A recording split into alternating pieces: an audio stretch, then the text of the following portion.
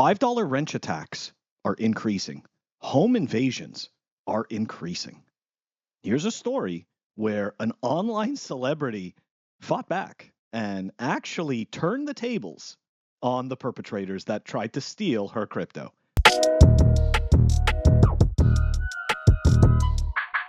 She leads them in downstairs and through the kitchen. For me, it was like there's only one thing to do. The entire time this is happening, Nick is on the other end of the phone, still in the other building, listening to what's happening, tracking the robbers on the security cameras. He puts on his Kevlar vest, loads his gun, and calls 911. That's right, guys. That is just a clip of a video of the home invasion of Caitlin Siragusa, also better known as Amaranth. And we could see here that is some very frightening stuff. Now, the internet, of course, is speculating as to, number one, is this true? And number two, did she bring this upon herself? And the reason I say this is because there is evidence that at some point in the recent past, she had shown her crypto portfolio being worth $20 million. Now, this kind of goes back to my point about flexing on the internet. I've said this many times before. As the viewers know of this channel, I often pick up these stories and decide to talk about them.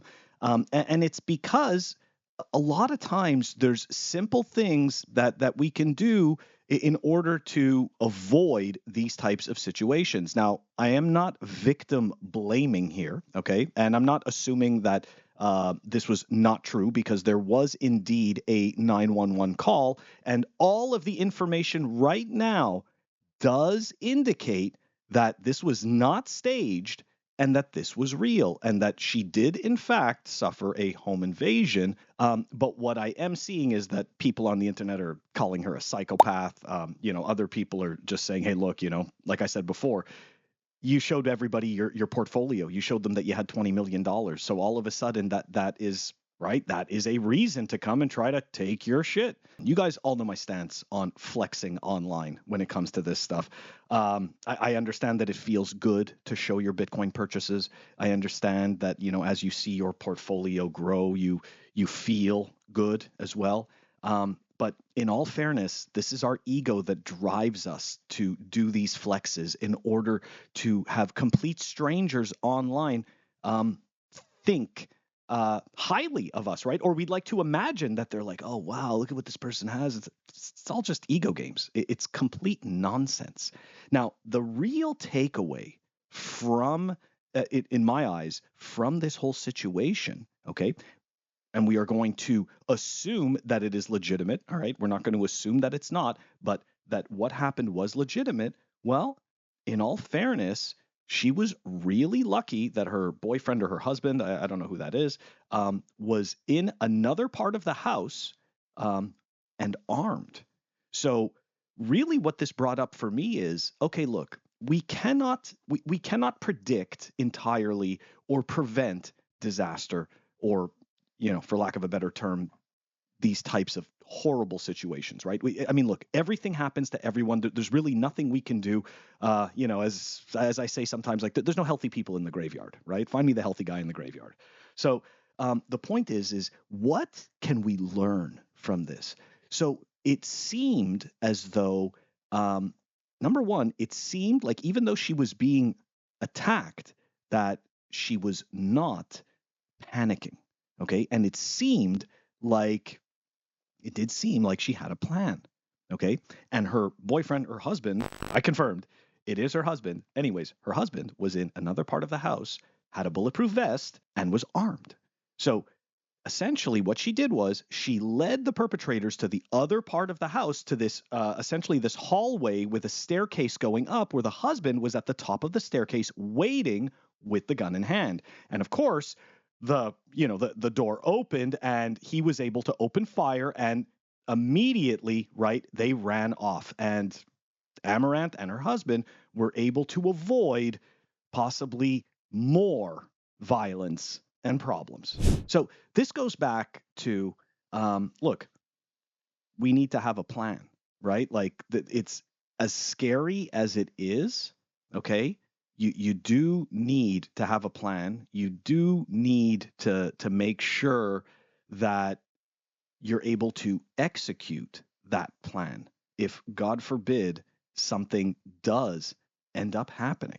Some people I've spoken to have told me that they have decoy wallets, right? So essentially, God forbid something like this ever happens, well, they're going to hand off some what is to them an inconsequential amount of crypto that they can give to a perpetrator to get them to walk away.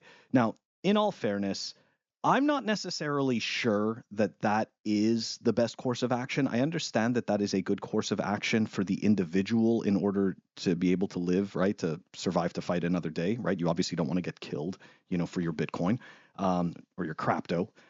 But the point is, though, it's actually validating the criminal, right? Because at that point, criminals essentially can start to figure out that, hey, all these people have a bunch of decoy wallets. I don't even actually have to do anything. I just got to go threaten them, and they'll hand me their keys to their decoy wallet, and I could slowly siphon off a little less corn. I mean, look, it's a tough situation, right? Those situations are never good. Those are high friction situations, right? Like that's exactly what that is. It is person to person.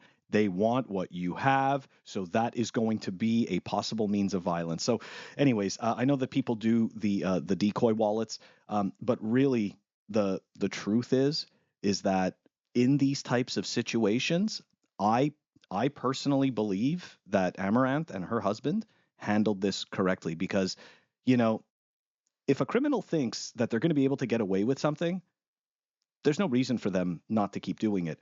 But if they understand that they are going to possibly get shot in the face on your property because they are trying to steal from you, then they are most likely going to think twice.